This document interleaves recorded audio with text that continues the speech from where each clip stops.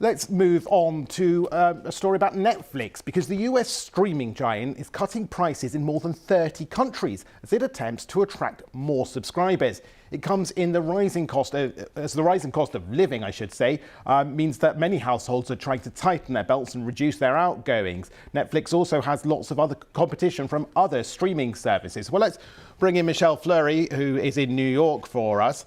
Michelle, whereabouts are they going to cut these prices? Is it going to make it cheaper for me here in the UK or you there in the US? And why are Netflix doing this?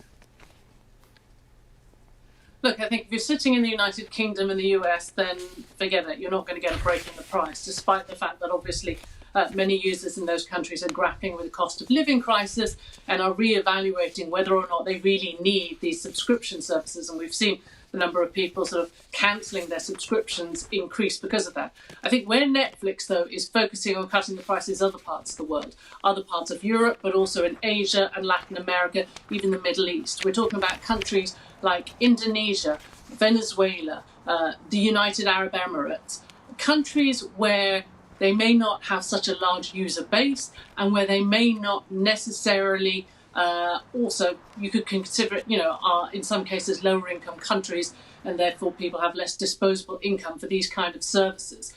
So it's interesting to see, because on the one hand, investors have reacted very nervously, but on the other hand, some analysts are saying, look, they don't have much to lose given kind of their presence in these markets, in some cases where they don't face any competition. And Michelle, just in about 15, 20 seconds, Netflix has made a name for itself by spending huge sums creating its own original programs. Are they going to be able to continue doing that if they're getting less money in from their subscribers?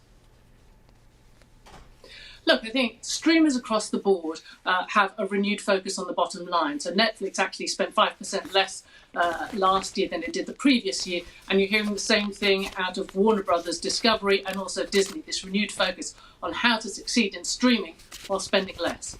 Michelle Fleury, thank you for squeezing that in for us. As long as they're all watching World Business Report, I think we'll be okay.